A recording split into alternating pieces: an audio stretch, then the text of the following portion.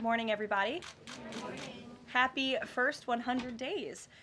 Before we begin, I want to acknowledge that the bipartisan Take It Down Act passed the House last night. This important legislation was championed and guided through Congress by our wonderful First Lady, Melania Trump, including through her direct advocacy on behalf of survivors during her passage efforts.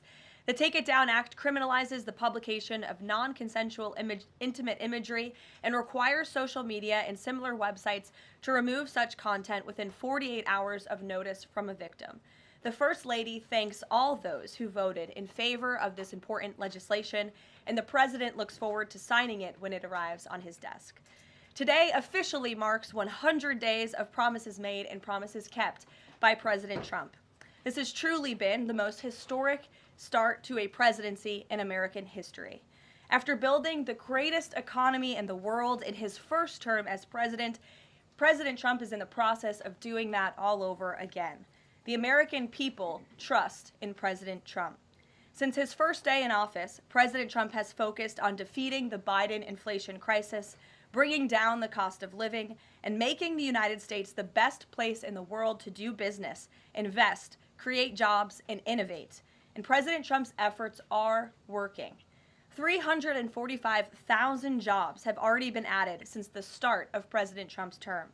Last month's jobs report saw nearly 100,000 more jobs than economists predicted, and it was the fourth highest month for private payroll growth in the past 2 years. 9,000 manufacturing jobs have been added to the economy already. This is a sharp contrast to the 6,000 manufacturing jobs that were lost each month in the final 2 years of the Biden administration. The U.S. employment rate remains at historic lows. And thanks to President Trump, Americans are seeing price relief for the first time in years. The last inflation report showed the first consumer price decline since the COVID pandemic, a decrease in energy prices, and real average hourly wage growth.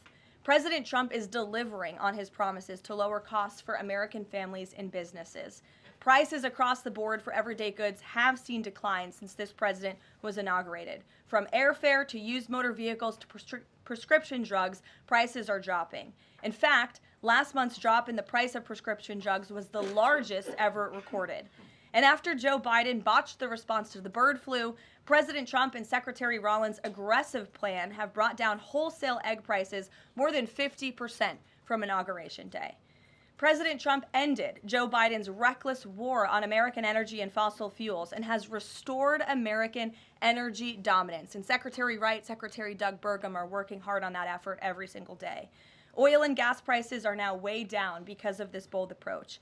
Gasoline prices down 7%, energy prices are also down as well. The Department of Interior just announced a new offshore drilling policy that will boost oil production in the Gulf of America by 100,000 barrels per day. On the deregulation front, President Trump is committed to cutting senseless red tape, especially for America's small business owners who are the backbone of our economy. We know cutting regulation leads to lower costs and higher growth. The mass deregulation effort by this administration will help usher in the golden age of America, which is underway. Immediately upon taking office, President Trump blocked all of the unfinalized Biden-era rules, saving America's more than $100 billion, or $2,100 per family of four over the next decade. And the president also launched a bold multi-agency effort to roll back existing federal regulations that drive up the cost of living on hardworking families. This effort is projected to yield significant cost savings in the coming months, including the EPA's rollback of tailpipe emission rules for light-duty and medium-duty vehicles and the Department of Transportation's latest corporate average fuel economy standards.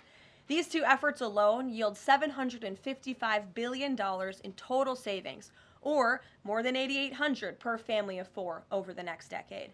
In total, the combined savings from all of these actions equal just over $935 billion, or nearly $11,000 in real savings per family of four per the coming decade. The press is not talking nearly enough about the positive impact of President Trump's deregulation campaign. And investments from the biggest companies and countries in the world are pouring in under this president. So far, total investment commitments under the Trump administration have reached more than $5 trillion. including $500 billion from Apple in U.S.-based manufacturing and training, $500 billion from NVIDIA in AI infrastructure, $100 billion from TSMC and U.S.-based chips manufacturing, and the $500 billion private investment by OpenAI, Oracle, and SoftBank in AI infrastructure as well. All of these investment commitments are estimated to generate at least 451,000 new high-paying jobs for American workers and families.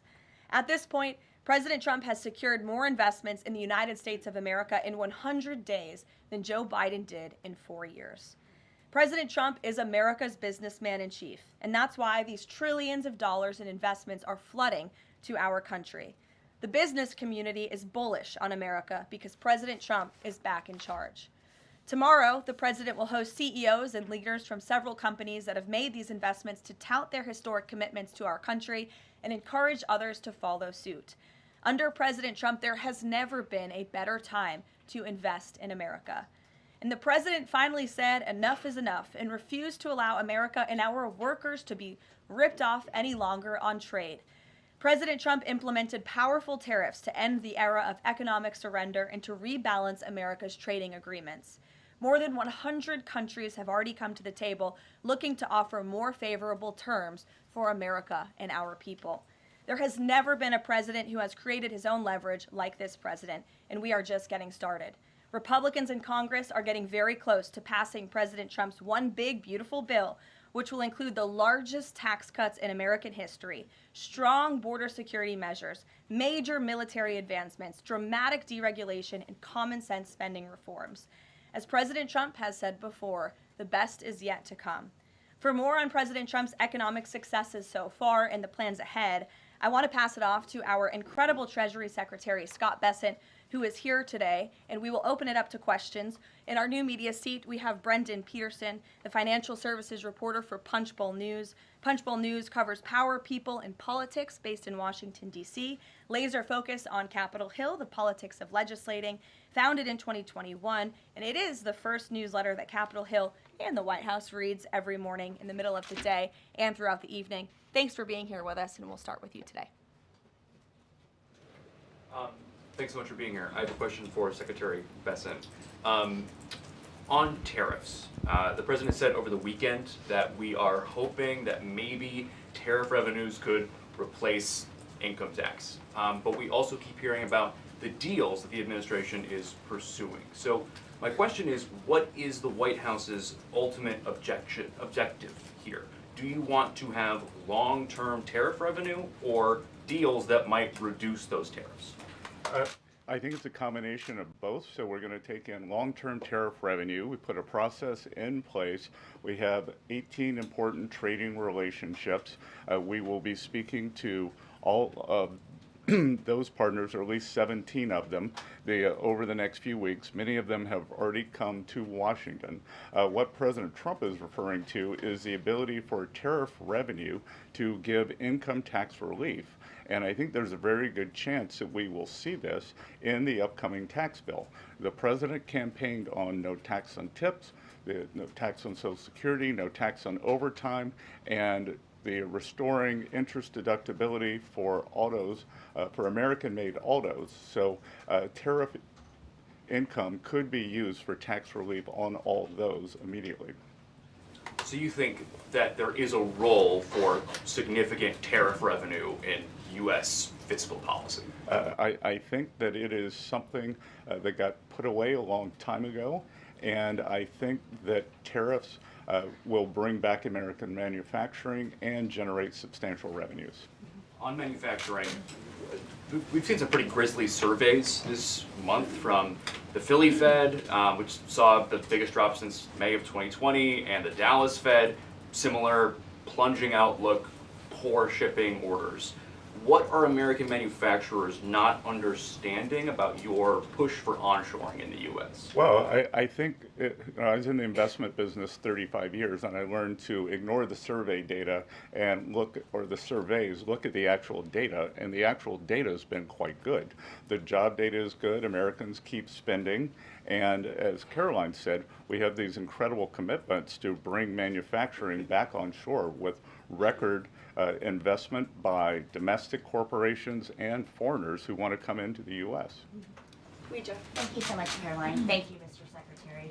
The Chinese continue to say that the U.S. and China are not engaged in any consultation or negotiation on tariffs. You recently said you've talked to your counterpart, but more about, quote, traditional things like financial stability. So can you clarify, is the administration talking to Beijing specifically about tariffs or not? Well, we're not going to talk about who's talking to whom, but I think that, over time we will see that the Chinese tariffs are unsustainable for China. I've seen some very large numbers over the past few days that show if these numbers stay on, Chinese could lose 10 million jobs very quickly, and even if there is a drop in the tariffs, that they could lose 5 million jobs. So remember that we are the deficit country.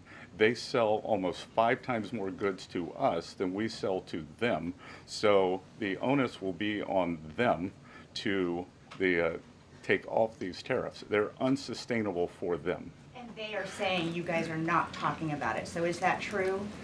Look, they have a different form of government. They're playing to a different audience. So I'm not going to get into the nitty-gritty again of who's talking to whom. But as I said, I believe for the Chinese, these tariffs are unsustainable. And very quickly, 2 days ago, you said you didn't know if President Trump had spoken to Xi Jinping. Do you know now? Again, I would say Karoline and I have a lot of jobs around the White House. Running the switchboard isn't one of them. Bloomberg, go ahead. Secretary Bessent, thank you so much for being here this morning. You've talked about the importance of giving investors certainty when it comes to the market, yet the Trump administration is continuing to negotiate several complex trade deals in a very sort of compressed time frame. When do you expect you'll be able to give the market some certainty around those deals? Do you have a deadline? Is it the 90-day pause? What are we looking at here? Good question. And I think one thing that has been a little disconcerting for the markets is, President Trump creates what I would call strategic uncertainty in the negotiations. So he is more concerned about getting the best possible trade deals for the American people. We had 4 years of bad deals for decades of unfair trading, and we are going to unwind those and make them fair. What we are doing is we've created a process. I think the aperture of uncertainty will be narrowing, and as we start moving forward announcing deals, then there will be certainty.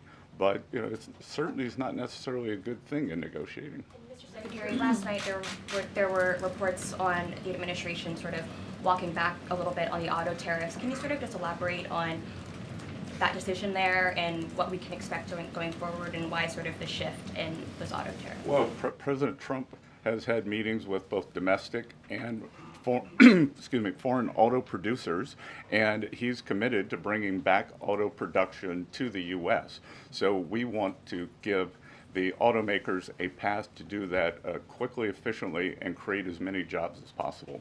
Jasmine. Thank you so much, Caroline. Thank you, Secretary. Back on China, does the administration anticipate supply chain shocks or supply shocks coming now that cargo shipments from China are significantly down? And if so, are there plans in the process of how to address that? I wouldn't think that we would have supply chain shocks, and I think retailers have managed their inventory in front of this. I speak to dozens of companies, sometimes daily, but definitely weekly, and they know that President Trump is committed to fair trade and have planned accordingly. And then second question, can you outline the timeline for when you think some of these deals, particularly with your Asian countries like India, Japan, South Korea, you may have an announcement? I'm glad you brought up our Asian trading partners and allies. They have been the most forthcoming in terms of doing the deals. As I mentioned, Vice President Vance was in India last week. I think that he and Modi made some very good progress, so I could see some announcements on India. I could see the contours of a deal with the Republic of Korea coming together, and then we've had substantial talks with the Japanese. Andrea. Secretary Bessent, just continuing on the path of the sort of like progress. You said yesterday, I think, that it was could happen as early as this week or possibly next week. Can you give us a bit of a timetable? And then I wanted to ask about South Korea specifically. They've said that they probably won't be able to make a comprehensive deal until early July because of their elections. Japan also has elections. And to what extent are domestic factors complicating your efforts? Canada just had an election. You know, are you seeing that you might have to think about delaying the 90 days? Well, I would actually take the opposite tact, that I think from our talks that these governments actually want to have the framework of a trade deal done before they go into elections to show that they have successfully negotiated with the United States. So we are finding that they are actually much more keen to come to the table, get this done, and then go home and campaign on it. Sean? I'm sorry, did you have a comment on whether something could happen this week or next week? For a deal. So, you know, you said yesterday. I think that we are very close on India. And in India, just a little inside baseball, India, in a funny way, is easier to negotiate with than many other countries because they have very high tariffs and lots of tariffs. So it's much easier to confront the direct tariffs when as we go through these unfair trade deals that have been put in over decades, that the non-tariff trade barriers can be much more insidious and also harder to detect. So a country like India, which has the posted and ready tariffs, it's much easier to negotiate with them. So I think the India negotiations are moving well. Sean, go Hi, ahead. Mr. Secretary. So it was reported this morning that Amazon will soon display a little number next to the price of each product that shows how much the Trump tariffs are adding to the cost of each product. So isn't that a perfect crystal clear demonstration that it's the American consumer and not China who is going to have to pay for these policies? I will take this since I just got off the phone with the president about Amazon's announcement. This is a hostile and political act by Amazon. Why didn't Amazon do this when the Biden administration hiked inflation to the highest level in 40 years? And I would also add that it's not a surprise because, as Reuters recently wrote, Amazon has partnered with a Chinese propaganda arm. So this is another reason why Americans should buy American. It's another reason why we are onshoring critical supply chains here at home to shore up our own critical supply chain and boost our own manufacturing here. Is Jeff Bezos still a Trump supporter? Look, I will not speak to the president's relationships with Jeff Bezos, but I will tell you that this is certainly a hostile and political action by Amazon. And Secretary, if you have anything to add. Yeah, I would also add that the bringing down the terrible Biden inflation has been a priority for the first 100 days of the Trump administration, and President Trump has done a great job of leading that since January 20th. Interest rates, mortgage rates are down, gasoline and energy prices are down. We're expecting the further decreases, and as Karoline said, the big tax on consumers that goes unnoticed is deregulation or regulation, and we are deregulating and bringing that down. So, from a household income point of view, we would expect real purchasing increases. We've seen them over the first 100 days, and we would expect that to accelerate. We are doing peace deals, trade deals, tax deals, and deregulating. And the deregulation is a longer lead time, but I think by the third and fourth quarters, that's really going to kick in. Kelly, go ahead. Thank you, Caroline. A question for you and Secretary Bessent. We talk a lot about volatility and uncertainty in the marketplace, and the president has stated all along that he's more concerned about mainstream America, the American worker. You just talked about deregulation and this entire fair trade and reciprocals. What is your message to the American people in terms of letting them get through this disturbance and the outcome being greater and a greater good for the American worker, the American people, the American families? I would say trust in President Trump. There's a reason he was reelected to this office. It's because of the historic success of his economic formula in the first term, and as I laid out at the beginning of the briefing and the Secretary has talked about and the President talks about every day, there's a proven formula that works. Massive deregulation, energy independence, and tax cuts, which are coming. And the Secretary is working very hard on that with our counterparts on Capitol Hill. If you want to talk about that, that's a huge deal to put more money back into the pockets of hardworking Americans. As for the fair trade deals the President is trying to negotiate, he's not just righting the wrong of the mess that he inherited from the past 4 years of the Biden administration. This is a mess that has been created for the past 4 decades that has sold out the middle class, that has moved jobs overseas. You think about our heartland, middle America, what towns used to look like, what they look like today. President Trump wants to restore the golden age, and it's a process to do that. And that process is underway, but he's put together a fantastic trade team. Secretary Bessent, Secretary Lutnick, Jamieson Greer, all working incredibly hard on this effort 24/7. But tax cuts are coming, and that's key. And Mr. Secretary, why don't you talk a little bit about that? Yep. So it's really a three-legged stool in the economic policy. It's trade, it's tax, and it's deregulation. So we are in the midst of addressing, as Karoline said, these long-term trade imbalances. The tax bill is going much better than I would have thought when I took office on January 28th, and that's through President Trump's leadership. That Speaker Johnson, Leader Thune are united. Speaker Johnson, we had a very good meeting yesterday with somebody called the Big Six, NEC Director Kevin Hassett, myself, Speaker Johnson, Leader Thune, Committee Chairman Jason Smith, and Senator Crapo. And the tax bill is moving forward. It is going to give permanence to the 2017 Tax Cuts and Job Act, which will, back to the question on certainty, it will give American business certainty, it will give American people certainty, and then President Trump is also adding the things for working Americans that is talked about earlier: no tax on tips, no tax on overtime, no tax on Social Security, making auto payments deductible. So that will substantially address the affordability crisis. And the other thing that I would note, and back to data, is that the Vanguard, one of the largest money management firms in America, said that over the past 100 days, 97% of Americans haven't done a trade, and in fact, individual investors have held tight while institutional investors have panicked. So individual investors trust, investors trust President Trump. Megan, in the back. Thank you both. Can you detail for us exactly what we should expect as far as relief on the auto tariffs front? And then further, Mr. Secretary, should we expect other industries to also get relief the way we've now seen for auto and tech as well? I'm not going to go into the details of the auto tariff relief, but I can tell you that it will go substantially toward reshoring American auto manufacturing.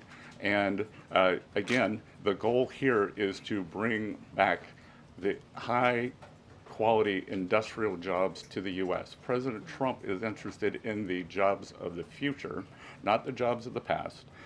We don't need to necessarily have a booming textile industry like where I grew up again, but we do want to have precision manufacturing and bring that back.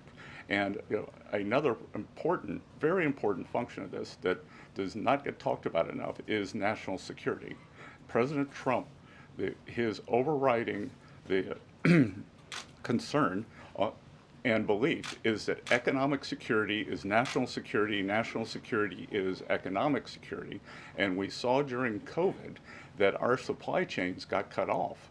And we need to bring back a lot of those supply chains, whether it's in semiconductors, medicines, the steel, and we have to onshore those. So it's a combination of making trade free and fair and remedying this gaping national security hole that he was left with. If I could on China. I would just add, Megan, the President will sign the executive order on auto tariffs later today, and we will release it as we always do. Go ahead.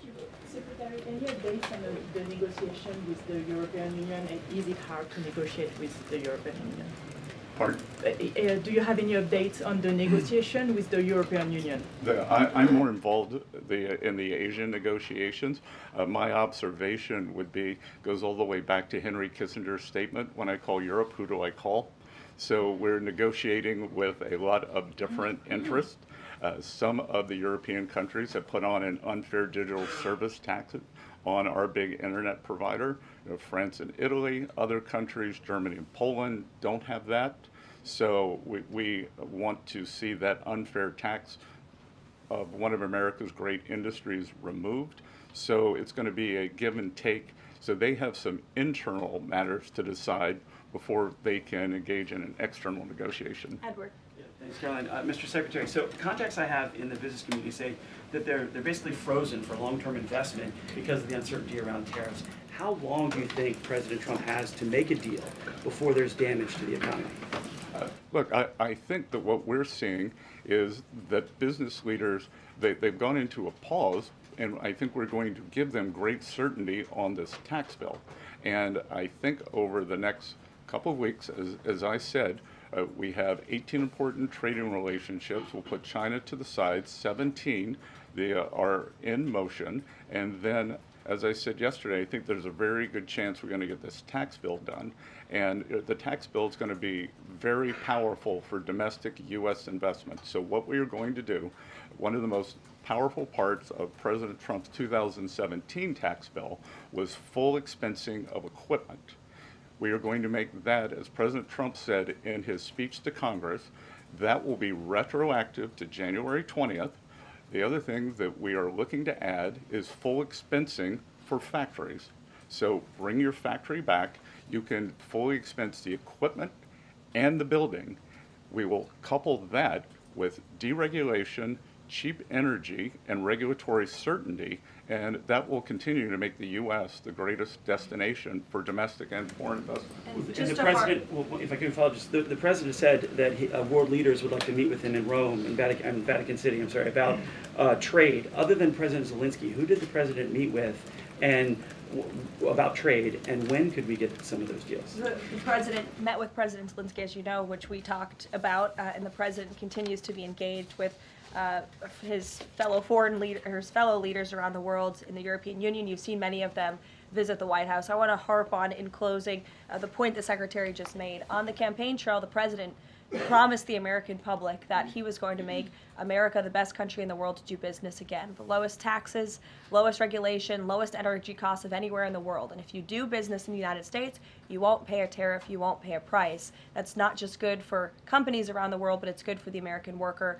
That's what this team is focused so hard on every day. We have work to do. The golden age of America is underway. But as I pointed out in the beginning, there's a lot of reason for the American consumer, the American CEO, the American small business owner to be confident and optimistic about this president and where we're headed. So you will hear more from the president himself later this evening. He is traveling to Michigan, as you all know. He'll make a stop at the Air Force Base with Governor Whitmer, and then we will head to a rally tonight where you'll hear more from him directly. So we'll see you in Michigan. Thank you, guys.